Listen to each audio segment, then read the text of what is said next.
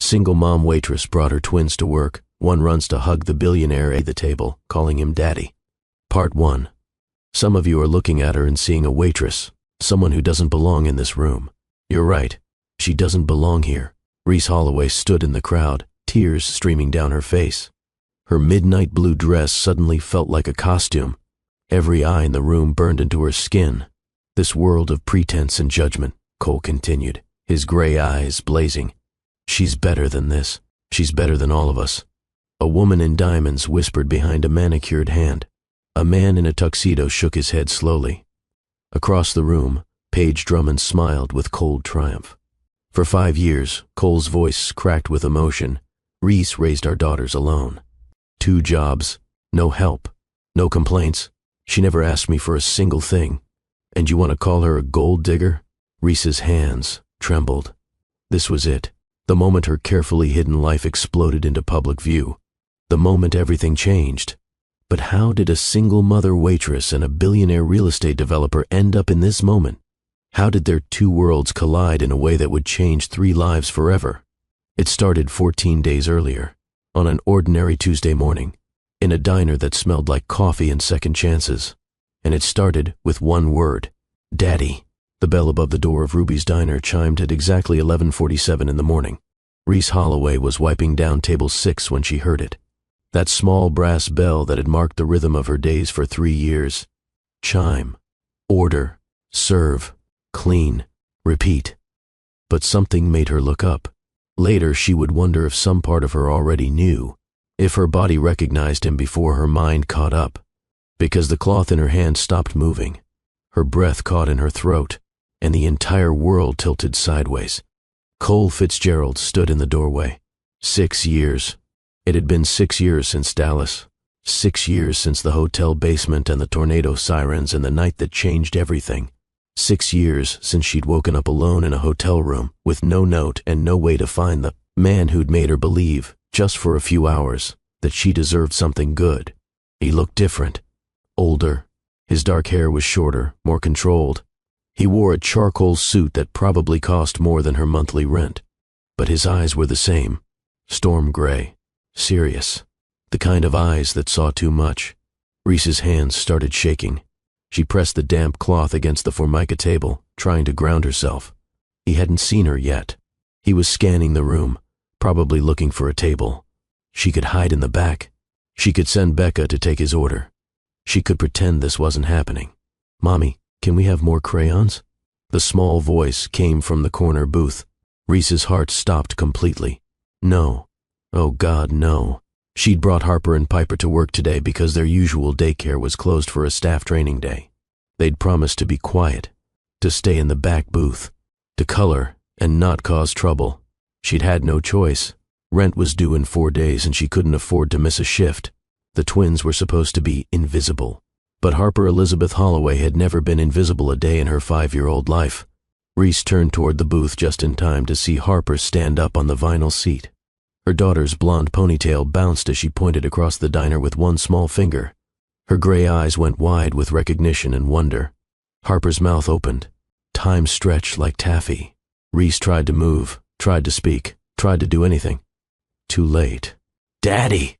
The word rang out across Ruby's diner, like a bell, like a gunshot, like the end of everything Reese had carefully built. Harper scrambled down from the booth. Her light-up sneakers flashed pink and purple across the black and white checkered floor. She was running, actually running, weaving between tables with the fearless certainty of a child who'd just found exactly what she'd been looking for. Reese's feet finally unlocked. She rushed forward, her heart hammering so hard she thought it might break through her ribs. Harper, no. Baby, no. But Harper was fast. She crashed into Cole Fitzgerald's legs and wrapped her small arms around his knees like she'd known him forever, like she had every right to claim him. The entire diner went silent. Old Mr. Patterson stopped mid-bite, his fork of scrambled eggs suspended in air. The couple at table 3 stared openly. Behind the counter, Becca's mouth fell open, the coffee pot in her hand tilting dangerously. Cole looked down at the child attached to his leg. Confusion crossed his face, then shock. His gray eyes traveled from Harper's upturned face to the back booth where Piper sat frozen, clutching her coloring book. Then his gaze found Reese. Recognition hit him like lightning. His lips parted. His eyes widened. The color drained from his face. You. The word came out as barely a whisper, but Reese heard it across the distance between them. She heard everything in that single syllable. Shock. Disbelief. The weight of 6 years collapsing into one impossible moment. Reese reached them. She knelt down and carefully pried Harper's arms from around Cole's legs. Her daughter felt warm and solid against her chest. Real. Her baby. Her whole world. "I'm so sorry," Reese said, forcing her voice to work. Her waitress voice. Professional. Detached. Like this man was a stranger. "Sir, I'm so sorry." She doesn't do that. I don't know why she did that. But she did know why. Harper had asked about her father every day for the past year. Where is he? What does he look like? Why doesn't he come see us? And Reese, in a moment of exhausted honesty, had shown her daughter one photo. The only photo she had. A blurry picture from the hotel in Dallas. Cole in the background, laughing at something someone said. His gray eyes crinkled at the corners. His face half turned toward the camera. "You said my daddy has gray eyes just like mine," Harper had said, studying the photo with serious concentration. "That's how I'll know him." And now, here he was. Gray eyes, dark hair, standing in Ruby's diner like a ghost made flesh. Cole didn't speak. He just stared at Harper, then back at Piper in the booth. Reese could see him doing the math.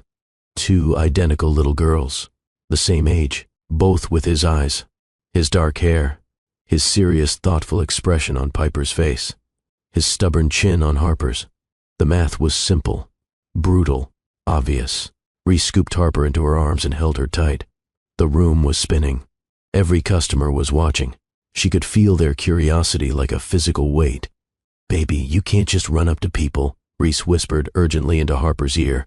"We talked about this." "But Mommy," Harper's voice was loud with innocent confusion. "You said my daddy has gray eyes just like mine. And you showed me his picture." "That's him, Harper." Reese's voice came out sharp, desperate. She turned back to Cole and forced herself to meet his eyes.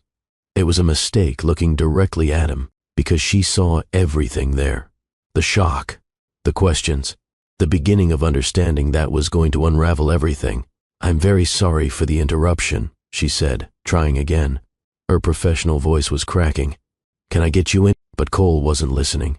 His eyes were locked on the back booth where Piper sat watching the scene with wide, solemn eyes. Twin girls. Identical. 5 years old, if he had to guess. Born 9 months after a tornado tore through Dallas and sent 2 strangers into a basement together. "How old are they?"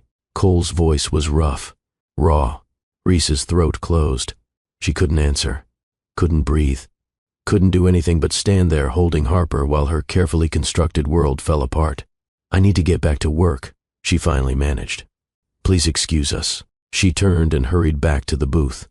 Her legs felt like water. She deposited Harper next to Piper and leaned down, her face inches from theirs. Both girls stared up at her with those gray eyes. Cole's eyes. The evidence of a secret she'd tried so hard to protect. "You two stay right here," Reese said, her voice shaking. "Do not move. Do you understand me?" Both girls nodded slowly. They looked scared now. They'd never heard Mommy sound like this before. Reese straightened and forced herself to turn around. Cole was still standing by the door. He hadn't moved. Hadn't sat down. The other customers were starting to whisper now. Low murmurs that sounded like wasps. Reese walked back to him on unsteady legs. She kept her voice low. "I'll get you a table. What can I get you to drink? We need to talk. I'm working." "Reese." He said her name like a prayer, like an accusation. "Coffee or water?" His jaw tightened. She watched the muscle jump beneath his skin. He was angry, or confused, or both. She couldn't tell anymore. 6 years had turned him into a stranger wearing a familiar face. "Coffee. Black." She nodded and walked away before he could say anything else. Her hands were shaking so badly she could barely hold the coffee pot. Behind the counter, Becca grabbed her arm. "Reese. Oh my God. Is that him?" "Not now." "Is that the guy from Dallas?" "The tornado guy?" "Becca, please." "Not now." Reese poured the coffee. The liquid sloshed against the sides of the mug. She carried it to the corner table where Cole had finally sat down. He was staring at Harper and Piper. They were peeking at him over the back of their booth, their small faces barely visible. Reese set down the mug. Her hand knocked against the saucer. The coffee spilled slightly. She grabbed a napkin and dabbed at it, focusing on the simple task, because if she looked at Cole's face she was going to fall apart. "How old are they?" Cole asked again. 5. "When's their birthday?" Reese's throat felt like sandpaper. "November 14th. Cole closed his eyes. She watched him count backward. May. The tornado was in May. 6 years ago this coming May. 9 months before November. The math was perfect. Damning. When he opened his eyes again, they were dark as storm clouds. "Why didn't you tell me?" The question hung between them. Reese felt 6 years of exhaustion and fear and loneliness surge up in her chest. "I didn't have your number. I didn't have your last name. I had Cole from Austin and nothing else." "You could have." "Could have what?" Her voice came out sharper than she intended. "Put an ad in the paper? You left the next morning. I woke up and you were gone. I had a flight. I left you a note. I never got a note." They stared at each other across the table. 6 years of missed connections and misunderstandings stretched between them like a canyon neither of them knew how to cross. Cole ran a hand through his hair. The gesture was familiar. She remembered it from that night, when he was thinking hard about something, when he was trying to solve a problem. "Are they mine?" The question was quiet, almost afraid. Reese wanted to lie. She wanted to tell him to leave and forget he'd ever walked into Ruby's diner. She wanted to protect her daughters from this man with his expensive suit and his complicated life. But she looked at Harper and Piper, and she couldn't. Yes, the word was barely a whisper, but it hit like a bomb. Cole sat back in his chair. His hands gripped the edge of the table. She saw them shaking. "I want a DNA test." Of course he did. Rich men didn't take chances. They dealt in proof and contracts and certainty.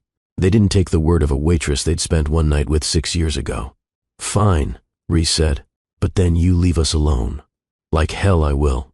You can't just—" "They're my daughters." Cole's voice was low but fierce. "If that test comes back positive, everything changes." "Nothing changes," Reese shot back. "We've been fine without you. We don't need—" "Don't." He held up a hand. "Don't tell me you don't need help. Look at this place, Reese." His eyes swept over the diner. The cracked vinyl booths, the outdated fixtures. Then they came back to her worn sneakers and her stained apron and the exhaustion she couldn't quite hide anymore. "You're working double shifts with 2 kids in a diner booth. Don't tell me you're fine." Shame and fury burned through Reese in equal measure. How dare he walk in here after 6 years and judge her life, judge the choices she'd had to make alone. "Get out, Reese. Get out." Cole stood slowly. He pulled out his wallet.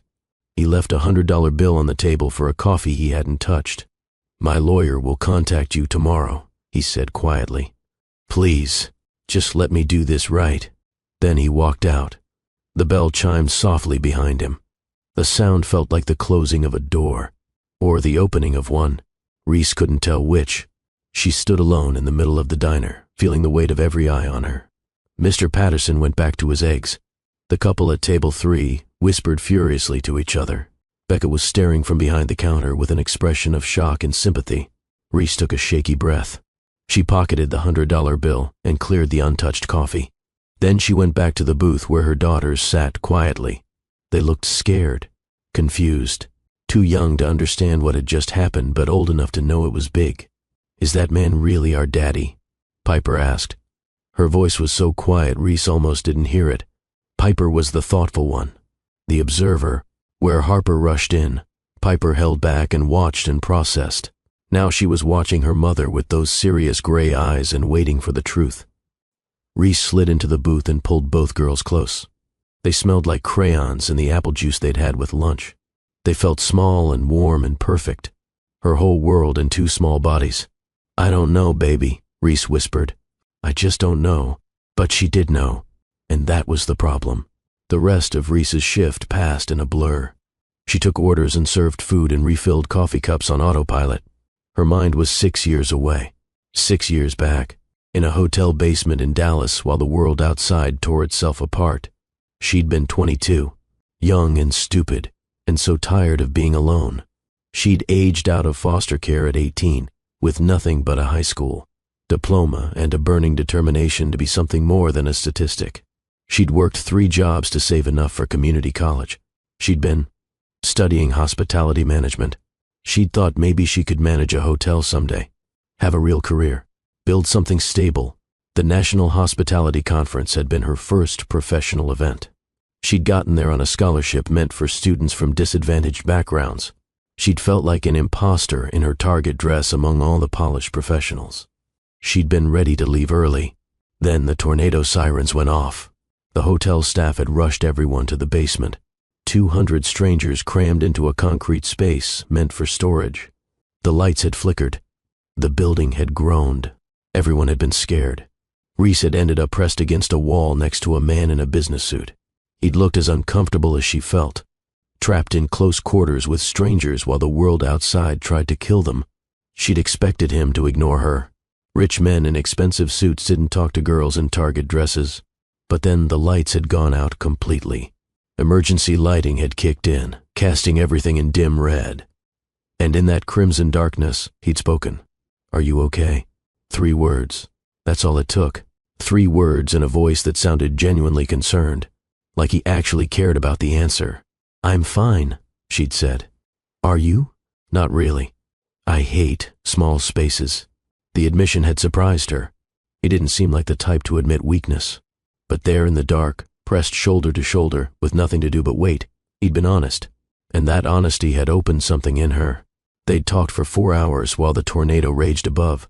They'd talked about everything.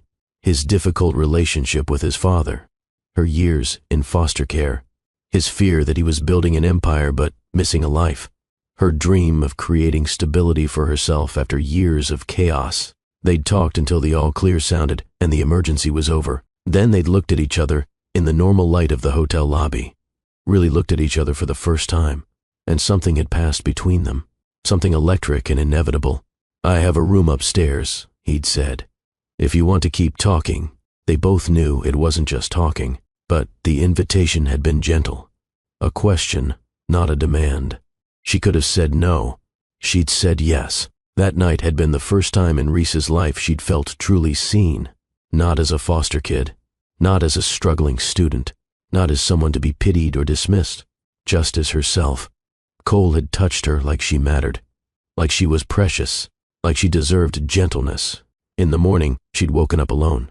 The bed next to her was cold. There was no note. She'd checked the bathroom, the desk, the nightstand. Nothing. He'd left his contact information with the front desk, or so she thought. But when she'd asked, they'd said no one had left anything for her. She'd only known his first name. Cole. He'd mentioned Austin, but Austin was a big city. She'd had no way to find him. 2 weeks later, she'd missed her period. 2 weeks after that, an ultrasound had shown 2 heartbeats. She'd tried to find him then. She'd searched social media for Cole Austin, Texas, Cole Real Estate Austin. Nothing. Or rather, too much. Hundreds of Coles. Without a last name or a photo that showed his full face, she'd had no way to narrow it down. She'd thought about hiring a private investigator, but she was 22 and pregnant with twins and barely able to afford groceries. Private investigators cost money she didn't have, so she'd made the choice to do it alone, to build a life for her babies by herself. It hadn't been noble or brave. It had just been the only option she could see. Now, 6 years later, that choice had exploded in her face. Reese finished her shift at 6. She helped Becca close down the front while the dinner crew took over.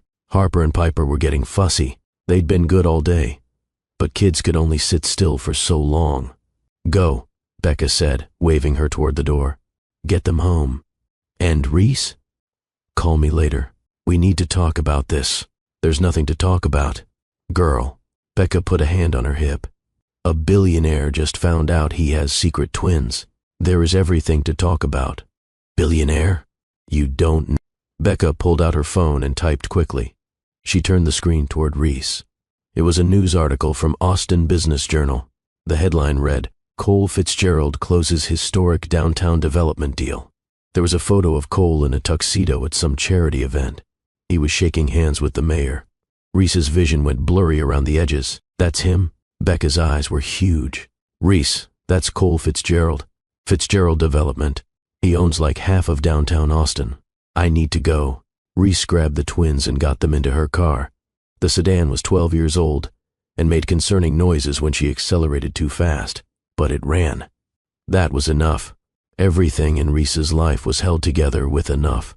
Enough money, enough time, enough energy. She lived in a constant state of barely enough. The drive to their apartment took 15 minutes.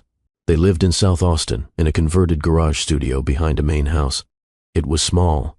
One main room with a kitchenette in the corner. A tiny bathroom.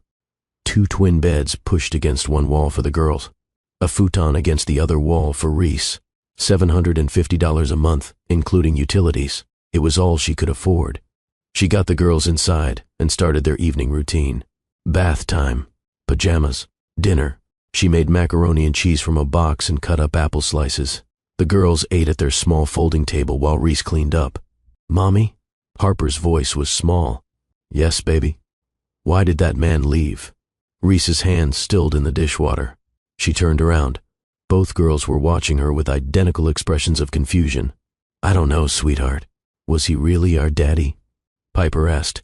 The question hung in the small space. Reese dried her hands on a towel and sat down at the table with them. She needed to be honest. As honest as she could be with 5-year-olds. "I think so, yes." "Then why doesn't he live with us?" Out of the mouths of babes. How did you explain to kindergartners that their father hadn't known they existed? That their mother had been a one-night mistake he'd walked away from? That the world was more complicated than their small, safe routine suggested? "Sometimes grown-ups make things complicated," Reese said carefully. "But I want you to know something. I love you both more than anything in the whole world. And nothing is going to change that." Okay, they said in unison. But Harper wasn't done. "Will we see him again?" "I don't know. I hope we do," Harper said. "I liked his eyes. They look like Piper's." After dinner, Reese got the girls ready for bed. She read them their favorite story about a bear who couldn't sleep. Harper fell asleep halfway through. Piper lasted until the end, then curled up next to her sister. Reese turned out the light and stood in the doorway for a long moment. She watched them sleep in the dim glow of their nightlight. Their faces were peaceful, innocent. They had no idea their world was about to change. Her phone rang at 9:30. She was sitting on the futon, staring at the wall, trying not to think about anything. The number was local but unfamiliar. "Hello? Is this Reese Holloway?" "Yes, my name is David Chen. I'm an attorney representing Cole Fitzgerald. He's asked me to contact you regarding paternity testing for your daughters." Reese's stomach dropped. That was fast. It had been less than 12 hours since Cole walked out of the diner. "I see. Mr. Fitzgerald would like to arrange for a DNA test as soon as possible. We can have a nurse come to your home at your convenience. The test is non-invasive, just a cheek swab. Results typically take 7 to 10 business days. Mr. Fitzgerald will cover all costs."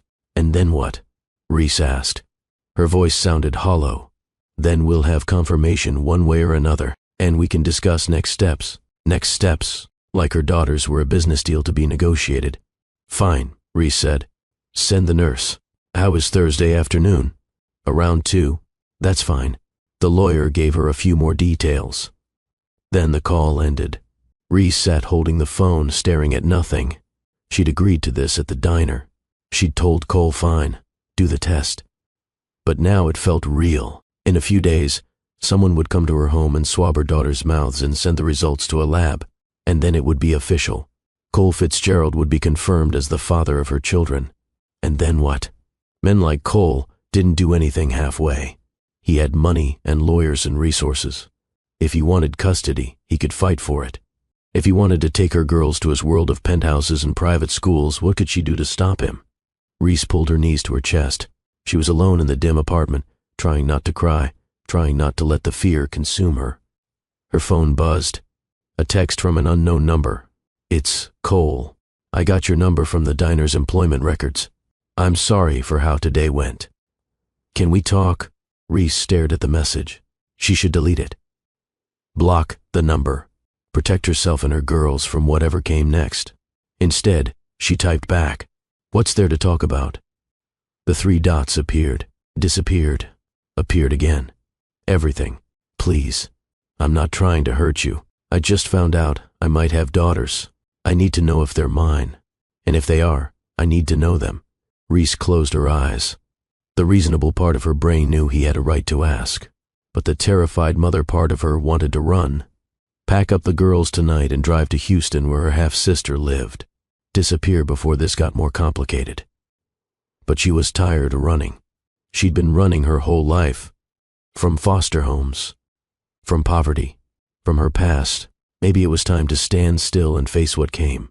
Okay, she typed. After the test. After we know for sure. Then we can talk. Thank you. She didn't respond.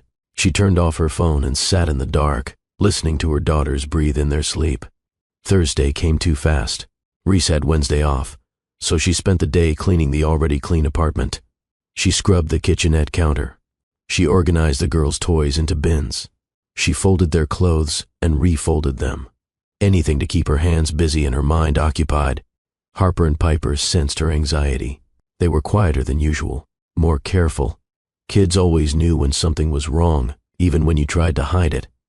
At 1:55 on Thursday, there was a knock on the door. Reese opened it to find a woman in blue medical scrubs holding a small case. She had kind eyes and a warm smile. Reese Holloway, I'm Nora from Genetron Labs. Mr. Fitzgerald's office arranged for me to come. Yes, come in. Nora stepped into the small space. She didn't react to the size or the modest furnishings. She just smiled at the twins, who were watching from their beds with wide eyes. Hello there. You must be Harper and Piper. How did you know our names? Harper asked. Your mommy told me. I'm here to do a very quick test. It won't hurt at all. It's like brushing the inside of your cheek with a soft cotton tip. She opened her case and pulled out paperwork. Reese signed the consent forms with shaking hands. She was making this official, making it real. There was no going back after this. Okay, who wants to go first? Me, Harper said immediately. Nora swabbed the inside of Harper's cheek quickly and efficiently. Harper giggled. That tickles. See? All done. You're very brave. Piper went next. She was more hesitant, but she sat still and let Nora complete the test. Then it was over. Nora sealed the swabs in tubes and labeled them carefully. Results will be ready in 7 to 10 business days. Both you and Mr. Fitzgerald will receive copies by secure mail. Thank you, Reese managed. After Nora left, Reese sat on the edge of the futon and stared at the closed door. It was done. In a week or so, she'd have official confirmation of what she already knew. Cole Fitzgerald was the father of her children, and then her carefully built life would change forever.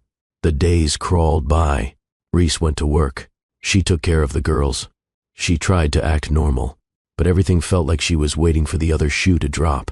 On day 5, Cole called. Hello, Reese. It's Cole. Like she wouldn't recognize his voice. Hi. The nurse confirmed the samples were collected. Yes. There was a pause. She could hear him breathing on the other end of the line. I know we said we'd wait for the results, but I was wondering if I could see them, the girls, before we know for sure. No. Why? Because it'll confuse them. Children are more adaptable than we think, Cole said. And if they are mine, I've already missed 5 years. I don't want to miss another day. And if they're not yours? Reese shot back, even though she knew the argument was hollow. Then I'll leave, and you'll never hear from me again. But either way, I'd like to meet them. As people, not through a car window or across a diner. Reese closed her eyes. She was standing in the small bathroom with the door closed so the girls wouldn't hear. The room was barely big enough for her and the phone conversation. It's not fair to them, she said. You can't just walk into their lives and then maybe walk out again. I'm not planning to walk out. You don't know what you're planning. You found out they might exist 5 days ago. Exactly, Cole said.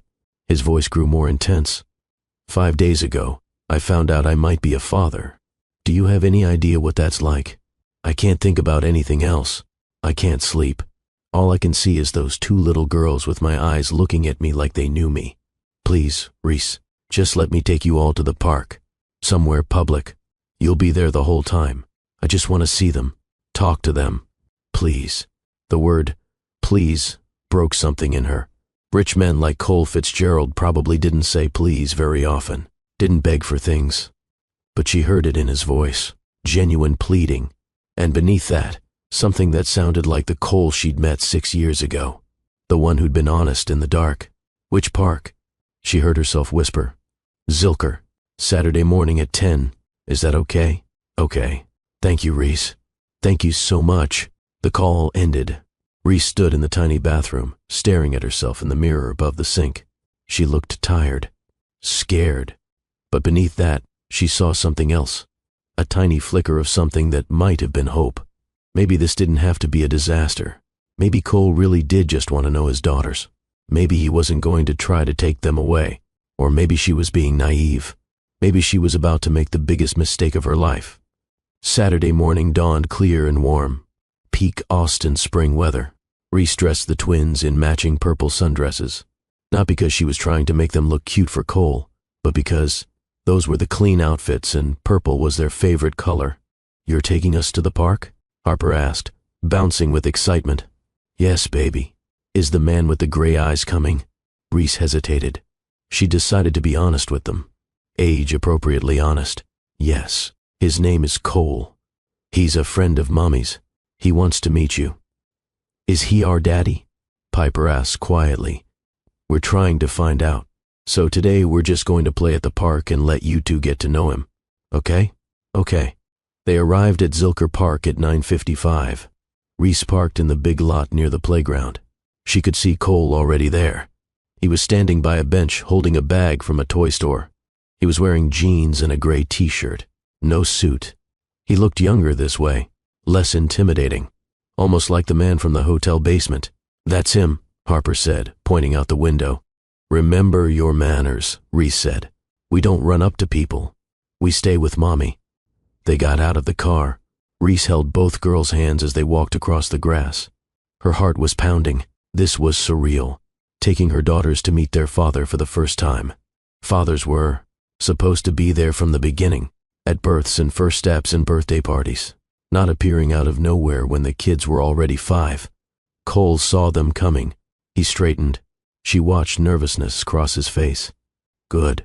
He should be nervous. This wasn't a business meeting. This was her children. They stopped a few feet apart. The morning sun filtered through the oak trees, making patterns of light and shadow on the grass. Somewhere nearby, other families were playing. Normal families. Families that made sense. Hi, Cole said. He was looking at the girls like they were the most fascinating thing he'd ever seen. Say hello, Reese prompted gently. Hello, Piper whispered. Hi, I'm Harper. Are you Cole? I am. It's very nice to meet you both. He knelt down so he was at their eye level. The gesture was good. Reese noticed that. Not talking down to them. Making himself smaller, less intimidating. Your mom said you like parks, Cole continued. I brought something we could play with if that's okay with you. He reached into the bag and pulled out 2 small kites. They were simple diamond shapes. One was rainbow-colored. One was covered in butterflies. Harper's eyes lit up. Kites. I've never flown a kite. Would you like to try? Both girls looked at Reese for permission. She nodded. Yes, please, they said in unison. Cole stood and led them to the open field area. Reese followed, keeping close. She watched him show the girls how to hold the strings, how to run to get the kite airborne, how to let out line slowly. Harper's kite went up first. It wobbled dangerously, then caught a gust of wind and soared. Harper squealed with delight and ran in circles, watching the rainbow colors dance above her. Piper's kite was more stubborn. It kept nosediving into the grass. Cole was endlessly patient. He showed her how to adjust the angle, how to feel for the wind. On the 4th try, the butterfly kite lifted and stayed up. I did it, Piper said softly. Her face glowed with pride. You did. You're a natural. They flew kites for 30 minutes. Cole ran with Harper when she wanted to see how high the rainbow kite could go. He stood with Piper and pointed out shapes in the clouds while her butterfly kite drifted peacefully overhead. Reese sat on a bench and watched. She watched Cole's face when Harper laughed, the way his whole expression softened, the way he listened carefully when Piper explained her theory about what clouds were made of. He wasn't checking his phone. He wasn't distracted. He was completely present. It was unsettling. And it was exactly what she'd always wanted for her daughters. someone who paid attention, someone who showed up. After the kites, they walked to the playground. Cole pushed both girls on the swings. He helped Harper across the monkey bars when she wanted to try and couldn't quite reach. He sat in the sand with Piper and helped her build an elaborate castle. Around 11, an ice cream cart came by. Cole looked at Reese for permission. "May I?" She hesitated. She didn't want him buying things for them. Didn't want them to think this was about money or gifts, but it was just ice cream. And the day was warm, and the girls were staring at the cart with hopeful eyes. "Okay," she said. Cole bought 4 small cups of vanilla. He handed them out, including one for Reese. She took it automatically, then realized he hadn't gotten one for himself. "Aren't you having any?" Maya asked. "I'm okay. I just like watching you enjoy it." Harper's face was already covered in ice cream. Piper was eating hers carefully, one small spoonful at a time. They were so different, these twins. 2 halves of one whole. Both perfect. Both hers. When the ice cream was gone, Cole helped clean their hands and faces with wet wipes he'd brought in his pocket. He'd come prepared. Reese noticed that too. He'd thought about what kids might need. Wet wipes. Sunscreen that he'd offered earlier. A small first aid kit visible in his bag. Eventually the girls started getting tired. It was almost noon. They'd been playing for 2 hours. Harper was getting whiny. Piper was rubbing her eyes. "I should get them home," Reese said. "It's almost nap time." "Of course." Cole stood up and brushed sand off his jeans. He looked at the girls. "Thank you for playing with me today.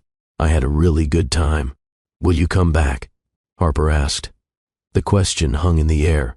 Both girls were looking at him with hope. Reese felt her heart squeeze. Cole looked at Reese, waiting for her permission. She saw the question in his eyes. The plea. "Maybe," Reese said carefully. "If Cole wants to. And if you two are good this week." It wasn't a promise. But it wasn't a no either. They walked back to the parking lot. Cole walked beside them, carrying the kites in his bag. When they reached Reese's car, he helped buckle the girls into their car seats. His hands fumbled a little with the straps. He clearly didn't know how car seats worked, but he tried. He asked Reese to check his work. "Goodbye, Cole," Piper said as he closed the car door. "Goodbye, Piper." "Goodbye, Harper." "Bye, Cole Daddy," Harper said. The whole world stopped. Reese's hands froze on her car keys. Cole's face went completely still. "Harper," Reese said quickly. "His name is just Cole, remember? But you said he might be our daddy. So, he's Cole Daddy. Until we know for sure." The logic was 5-year-old perfect and devastating. Cole's eyes filled with tears. He blinked them back quickly, but Reese saw them. She saw the emotion breaking through his careful control. "Goodbye, Harper," he managed. "See you soon." Reese got into the driver's seat. She started the engine. In the rearview mirror, she could see Cole standing in the parking lot, watching them drive away. That night, after the girls were in bed, Reese sat on the futon with her phone in her hands. She opened her messages. There was one from Cole, sent an hour ago. "Thank you for today. It meant everything." She stared at the words for a long time. Then she typed back, "They liked you. I liked them. They're incredible, Reese. You've done an amazing job." Reese felt her throat tighten. When was the last time someone had acknowledged how hard she'd worked? How much she'd sacrificed? She couldn't remember. "Thank you," she typed. "That means a lot."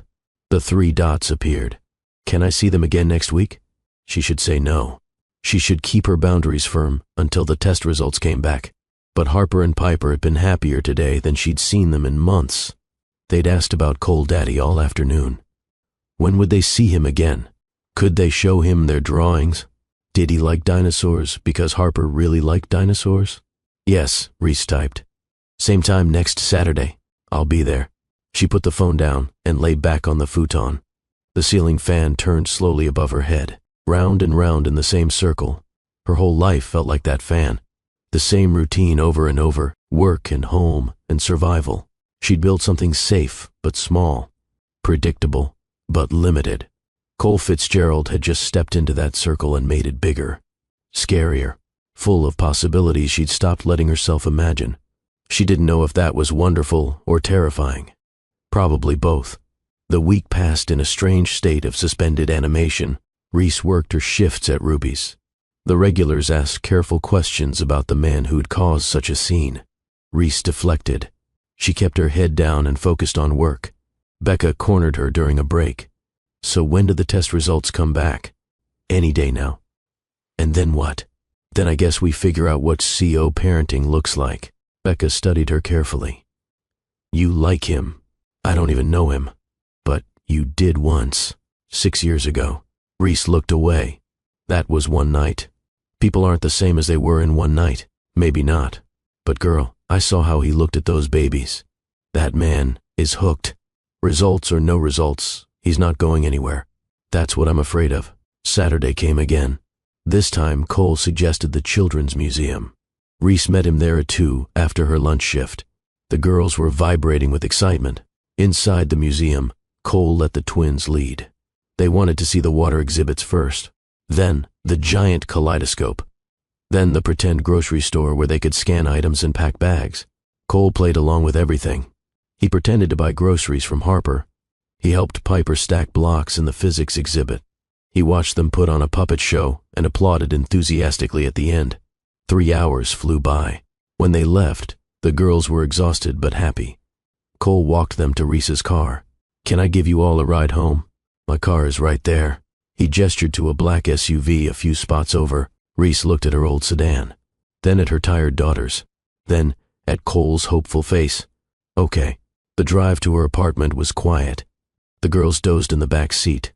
Cole drove carefully, checking his mirrors, stopping fully at stop signs.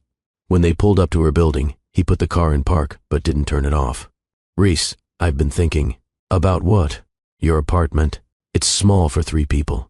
And I know the daycare you use. I looked into it. It's fine, but there are better options. I could help. I could set up an account. For expenses. For a bigger place. For a top-rated preschool.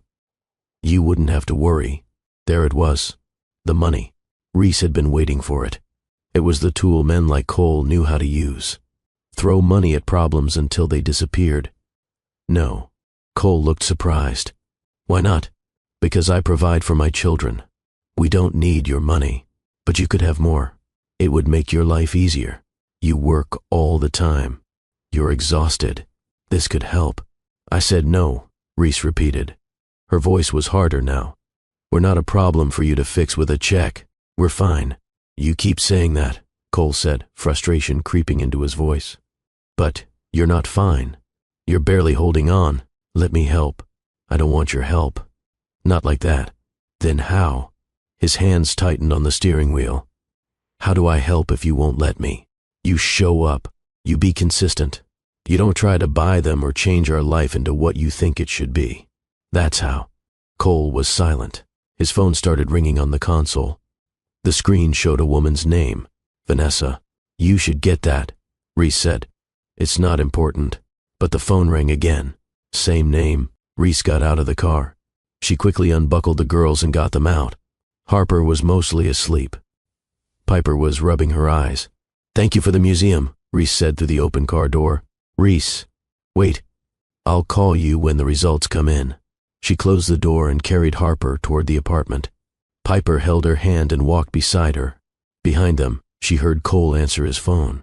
His voice was sharp, annoyed. Vanessa, this isn't a good time. Reese kept walking. She didn't look back.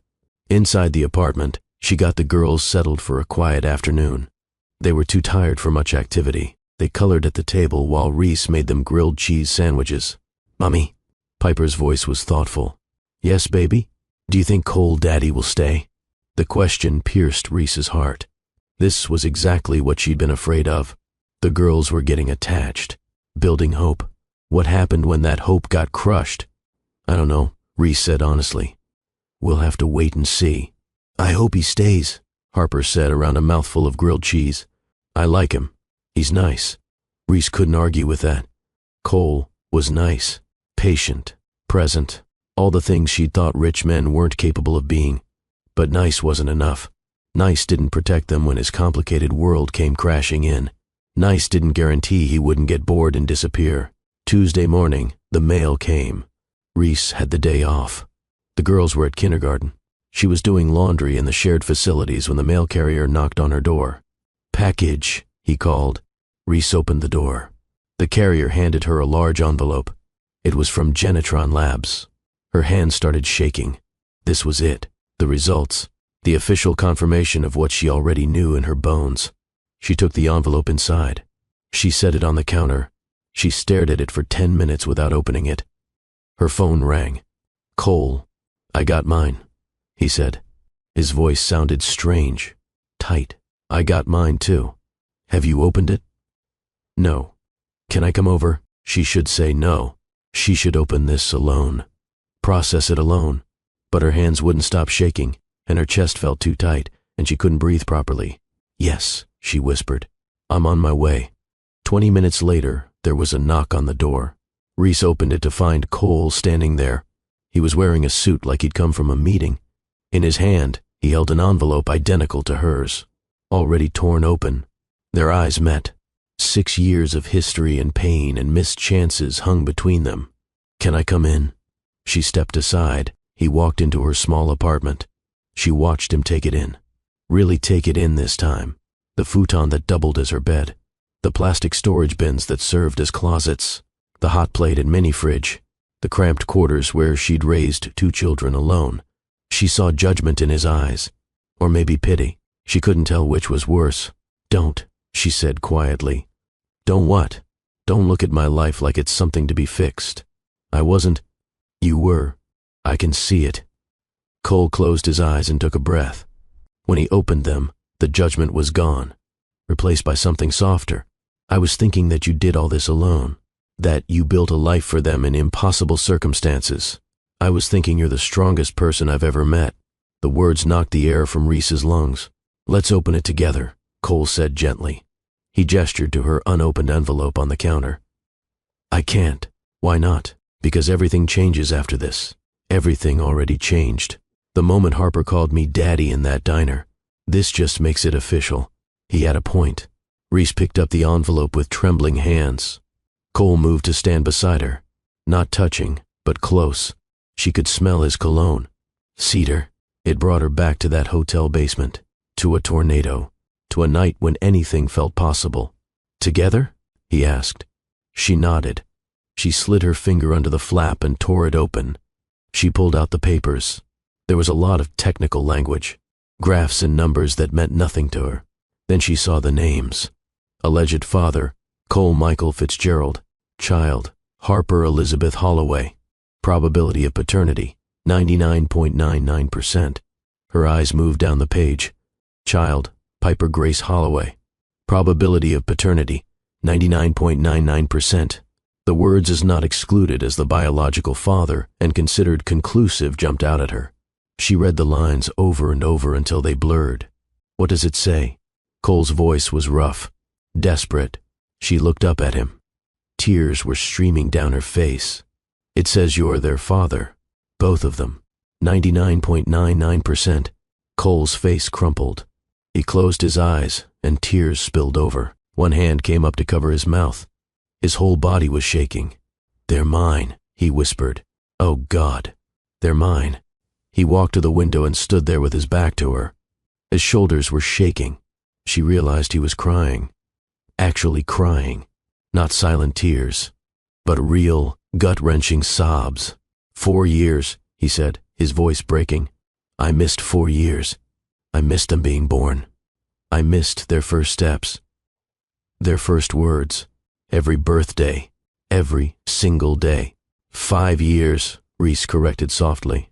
They just turned 5. 5 years. Cole turned around. His face was wet. His eyes were red. 5 years of their lives I'll never get back. I know. Do you? He took a step toward her. Do you understand what it feels like to find out you have children and realize you've missed everything? Reese felt anger spark in her chest. Don't you dare make this my fault. I tried to find you. You're the one who left without a trace. I left a note. I never got it. Then I should have done more. I should have given you my card. My number. Something. Cole ran his hands through his hair. This is my fault. All of it. They stood there in the small kitchen, the test results between them, 6 years of regret filling the space. What happens now? Reese asked. Cole looked at her with fierce intensity. Now, I want to be their father. Really be their father. Not just weekend visits. I want to be there for school and doctor's appointments and bedtime stories. I want everything I missed. Fear crashed over Reese like a wave. You can't just walk in and take over their lives. I'm not trying to take over. I'm trying to be part of it. We have a routine. A life. I can't just... I don't want to disrupt your routine, Cole said. His voice was calmer now, more measured. I want to support it. I want to help you. Please let me help you. The word please again. It disarmed her, made her walls crack just a little. Before she could respond, there was a sharp knock at the door. Hard, impatient. Reese frowned. She wasn't expecting anyone. She walked to the door and looked through the peephole. A blonde woman in expensive clothes stood in the doorway. Reese had never seen her before. She opened the door a crack. Can I help you? The woman smiled. It was not a friendly smile. I'm looking for Cole Fitzgerald. I believe he's here. Who are you? Paige Drummond. Cole's business partner. We need to talk. And before Reese could stop her, Paige pushed the door open and walked right in. Paige Drummond walked into Reese's apartment like she owned it. Her heels clicked on the cheap linoleum floor. Her eyes swept over the small space with barely concealed disgust. She looked at the futon, the plastic storage bins, the hot plate. Then her gaze landed on Reese, and her smile turned sharp. You must be Reese Holloway. Paige, what are you doing here? Cole stepped between them. His voice was hard, controlled. Get out. Paige ignored him. She kept her eyes on Reese. I've heard so much about you. The waitress who just happened to track down a billionaire after 6 years. What a remarkable coincidence. I didn't track anyone down, Reese said. Her voice was steady, but her hands were shaking. He walked into my diner. Of course he did. Paige's tone dripped with false sympathy. And your daughter just happened to run up to him. Very convenient. Get out of my home, Reese said. In a minute. Paige pulled out her phone. She tapped the screen a few times, then held it up so both Reese and Cole could see. The screen showed a photograph. A much younger Reese. Her hair was wild. Her makeup was smeared. She was holding a beer bottle and laughing on a crowded dance floor. The photo was clearly taken at a party. The kind of party that happened in college. The kind of party where people made mistakes. Reese felt the blood drain from her face. She knew that photo. It was from 7 years ago. Before Dallas. Before the twins. Back when she was 21 and stupid and trying to forget that she aged out of foster care with nowhere to go and nobody who cared. Where did you get that? Reese whispered. I have my sources, Paige said. She swiped to the next photo. Same night. Reese dancing on a table. Another swipe. Reese passed out on a couch at some house party. That was years ago, Reese said. Her voice was shaking now. Before I had them. It doesn't mean anything. It tells a story, Paige said calmly. A young woman with a troubled past. Foster care. No family. A history of poor choices. Partying. Drinking. And then suddenly, a pregnancy. Twins. And she raises them alone in poverty until finally, she finds the father. A very wealthy father. You're twisting everything. I'm connecting dots. Paige put her phone away. She looked at Cole. Here's the situation. I've already been contacted by 3 journalists. Someone at that diner talked. This story is going to break tomorrow with or without your cooperation. So let it break, Cole said. His hands were clenched into fists at his sides. Oh, it will. But the question is how? Paige walked slowly around the small apartment. Right now, I can control the narrative. I have media contacts. I can make this a simple human interest story. Billionaire discovers secret children. Everyone loves a reunion. Or, she stopped and looked directly at Reese. I can make it something else entirely. Gold digger traps wealthy man with convenient pregnancy. Unfit. Mother seeks payday. I have photos. I have your employment history. 3 different waitressing jobs in 5 years. 2 evictions. An arrest record. I was never arrested, Reese said. You were arrested for public intoxication when you were 22. The charges were dropped. I wasn't even drunk. I was the designated driver. My friend was drunk and they arrested both of us. But the arrest record exists. Paige said. Along with these photos, along with your financial history, maxed out credit cards, defaulted student loans. You can explain all of it, I'm sure, but will anyone listen? Or will they just see what I want them to see? What do you want? Cole's voice was dangerous. Paige turned to him. She pulled a document from her designer purse. I want you to sign over your 15% stake in the Riverside venture to me. Do it by tomorrow afternoon, and these photos disappear. I forget I ever saw them. The media gets a nice clean story about family reunification. Everyone wins. Cole stared at her. Reese could see the muscle in his jaw working. The Riverside venture was Cole's next big project. Reese didn't know much about real estate development, but she'd heard him mention it on the phone. It was supposed to be worth millions, maybe hundreds of millions. You're blackmailing me. I'm offering you a choice, Paige corrected. Your company or your reputation. Well, her reputation. She gestured to Reese. But I assume you care about that now. You're insane. I'm practical. Paige walked to the door. She paused with her hand on the knob. Think about it, Cole. Is 15% of one project worth having this woman's past splashed across every news site in the country? Is it worth having social services investigate her fitness as a mother? Because that's what will happen. You know it will. Photos of her partying, her arrest record, her poverty. They'll question everything. She looked at Reese one more time. Her smile was cold as ice. Congratulations on your daughters, she said. They're lovely. It would be a shame if this affected them. Then she left. The door closed behind her with a soft click. The silence in the apartment was deafening. Reese stood frozen. She couldn't breathe, couldn't think. All she could see were those photos. Her 21-year-old self making stupid choices, dancing on tables, passing out at parties. She'd been so lost back then, so alone.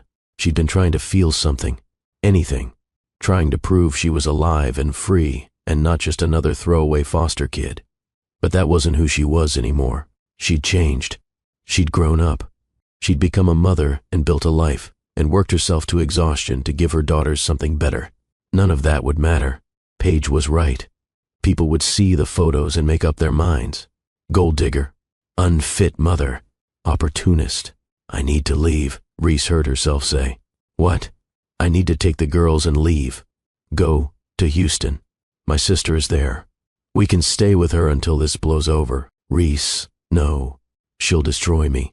She'll destroy us. You heard her. Cole crossed the room in 3 strides. He grabbed Reese's hands. She tried to pull away, but he held firm. Listen to me. I am not giving her anything. Not my company. Not my compliance. Nothing. Then she'll release those photos. Let her. Reese stared at him. You don't understand. Those pictures will make me look like trash. Like exactly what she said. A gold digger. A bad mother. Someone who doesn't deserve her kids. You are none of those things. It doesn't matter what's true. It matters what people believe. Cole's hands tightened on hers. Then we make them believe the truth. We don't hide. We don't run. We stand together and tell the real story. How? There's a charity gala Saturday night at the Four Seasons, the Miami Hope Children's Fund. It's the biggest social event of the spring. Everyone who's anyone will be there, including every journalist in Austin. Paige will be there. You want me to go to a gala? Reese pulled her hands free. Cole, I can't. I don't belong in that world. I'll just make it worse. You belong anywhere I am. Cole's voice was fierce. We go together. We walk in as a family. We control the narrative before Paige can poison it. We show them that you're not ashamed, that I'm not ashamed, that our daughters are not a scandal. They'll tear me apart. Not if I'm standing next to you. Reese shook her head. She wrapped her arms around herself. This is crazy. I don't even have anything to wear to something like that. And the girls. I can't leave them alone. And my job. I'm scheduled to work Saturday night, and I can't afford a babysitter. And I don't know how to be in a room like that with people like that. She was spiraling. She could feel it. The panic was rising in her chest like water. Cole stepped close again. He didn't touch her this time. Just stood there, solid and steady. I will take care of the dress. My sister Audrey is in town. She would love to watch Harper and Piper. You can call in sick to work for one night, and you don't need to know how to be anyone except yourself. I'm scared. I know. I'm scared too. You? You do this kind of thing all the time. Not with someone who actually matters. Cole's gray eyes held hers. Not with stakes this high. But Reese, if we hide, if we run, Paige wins. She'll always have this over us. She'll always be able to threaten you. The only way to beat her is to take away her power. By walking into a room full of rich people who'll judge me. By standing in the light. By telling the truth. By showing them that you have nothing to be ashamed of. Reese wanted to believe him, but she'd spent her whole life being judged by social workers who moved her from home to home, by teachers who assumed foster kids were trouble, by people who looked at her waitress uniform and made assumptions about her intelligence and worth. Walking into a ballroom full of Austin's elite felt like walking into a firing squad, but staying here, hiding, waiting for Paige to destroy her in the press, that felt like dying slowly. Okay, she whispered. Okay, I'll go. Cole's whole face changed. Relief and gratitude flooded his expression. Thank you. Thank you for trusting me. Don't make me regret it. I won't. I promise. He left shortly after. Reese stood alone in her apartment, staring at the DNA results still sitting on the counter. 99.99% probability of paternity. Cole Fitzgerald was officially the father of her children. And in 4 days, the whole world was going to know about it. The next morning, Reese called Ruby's Diner and told them she was sick Saturday night. Her manager was annoyed but agreed to find coverage. Then she called her sister in Houston. Rachel, I need advice. Her half-sister was 3 years older. They'd been in different foster homes most of their childhood. They weren't close. But Rachel was the only family Reese had. What's wrong? Everything. Reese told her the whole story. Dallas, the tornado, the one night, the pregnancy. The 6 years of silence, Cole showing up, the DNA test, and now Paige and her threats and the gala. Rachel was quiet for a long moment after Reese finished. So, you're thinking about running, Rachel finally said. How did you know? Because running is what we do. It's what we were taught. When things get hard, you disappear. Move to the next home, the next town, the next life. Reese felt tears prick her eyes. Is that so wrong? No. It's survival. But Reese, you've been surviving your whole life. Maybe it's time to try something different. Maybe it's time to stand still and fight. I don't know how. You learn. You're braver than you think.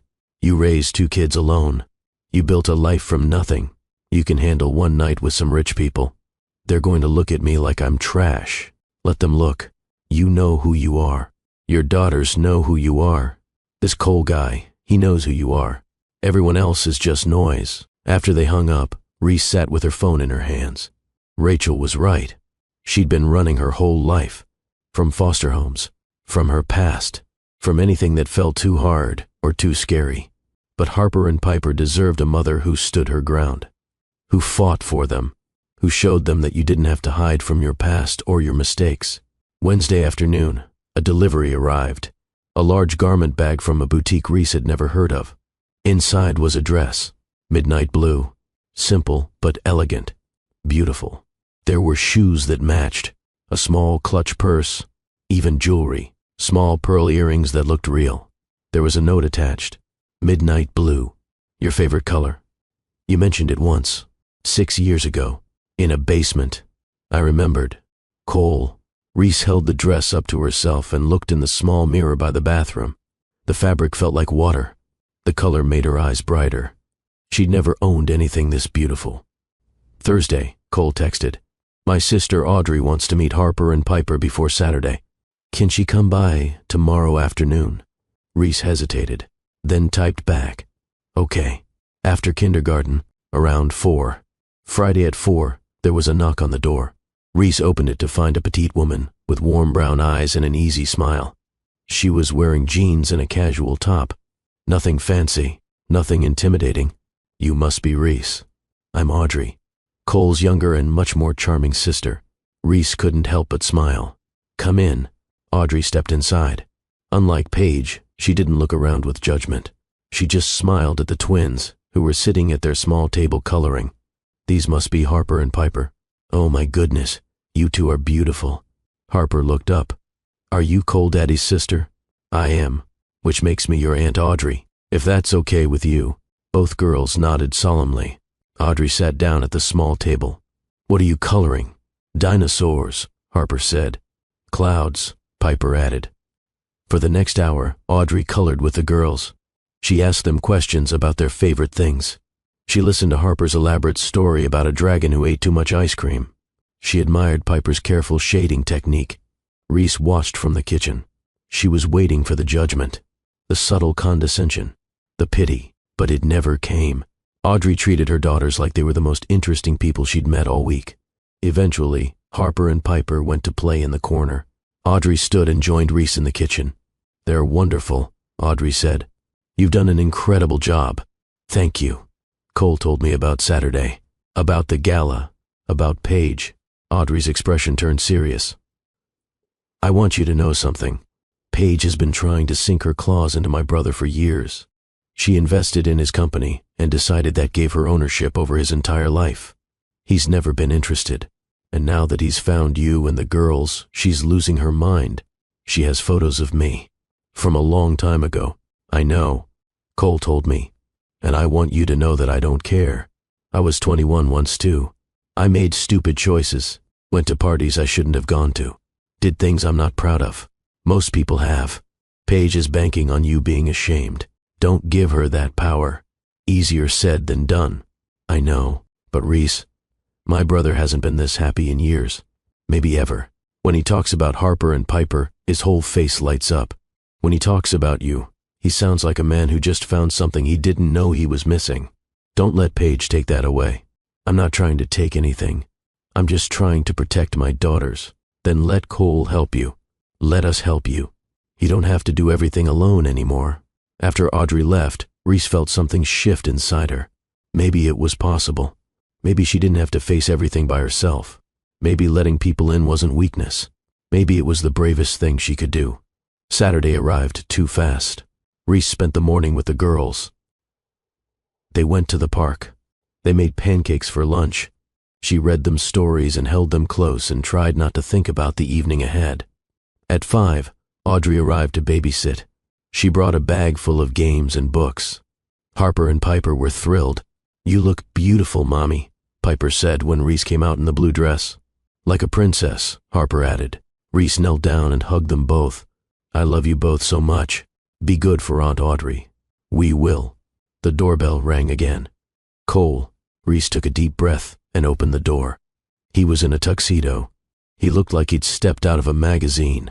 But when he saw her, his expression softened into something real. Reese, you're stunning. I feel ridiculous. You look perfect. The drive to the Four Seasons took 20 minutes. Reese sat in the passenger seat of Cole's car, her hands twisted together in her lap.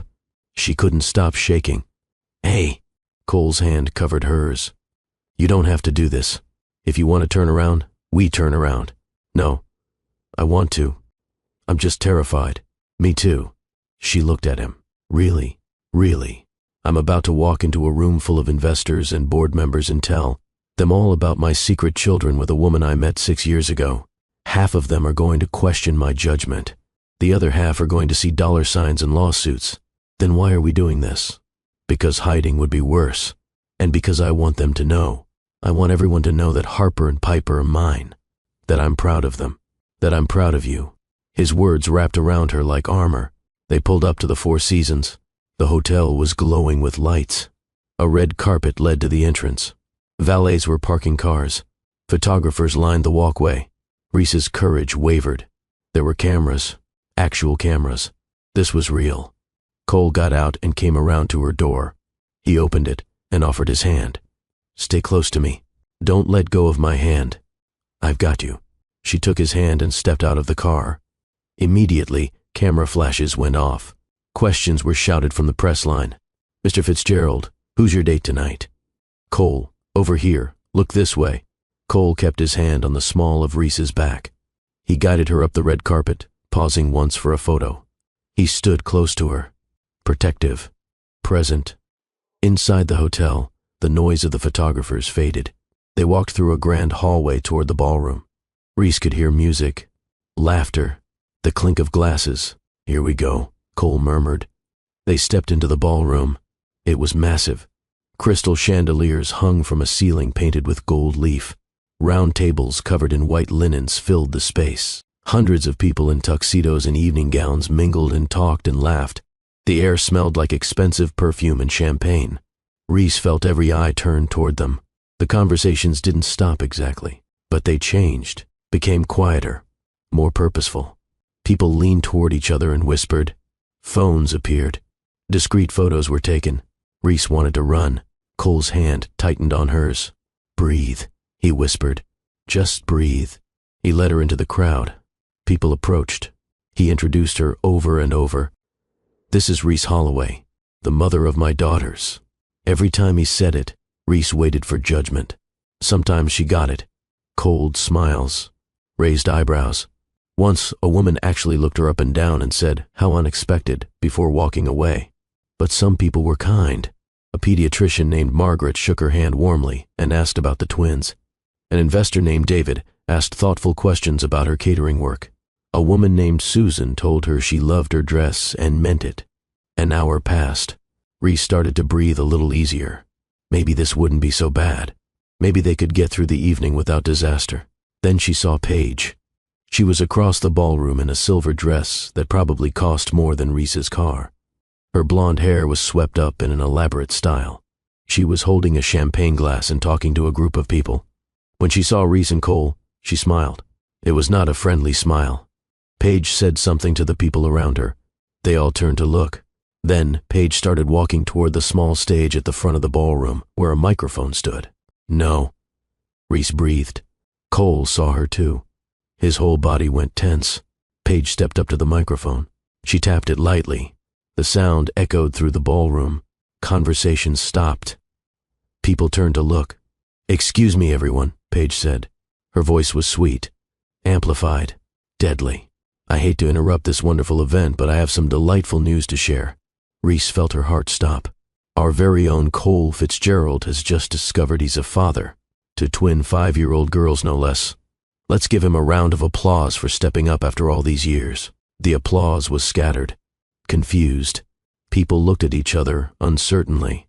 Paige's smile widened. Of course, some might wonder where the mother has been all this time. Raising 2 children alone must be difficult. I suppose when you're struggling, you do what you have to do, even if that means tracking down the father at just the right moment. Very convenient timing, wouldn't you say? The implication was clear.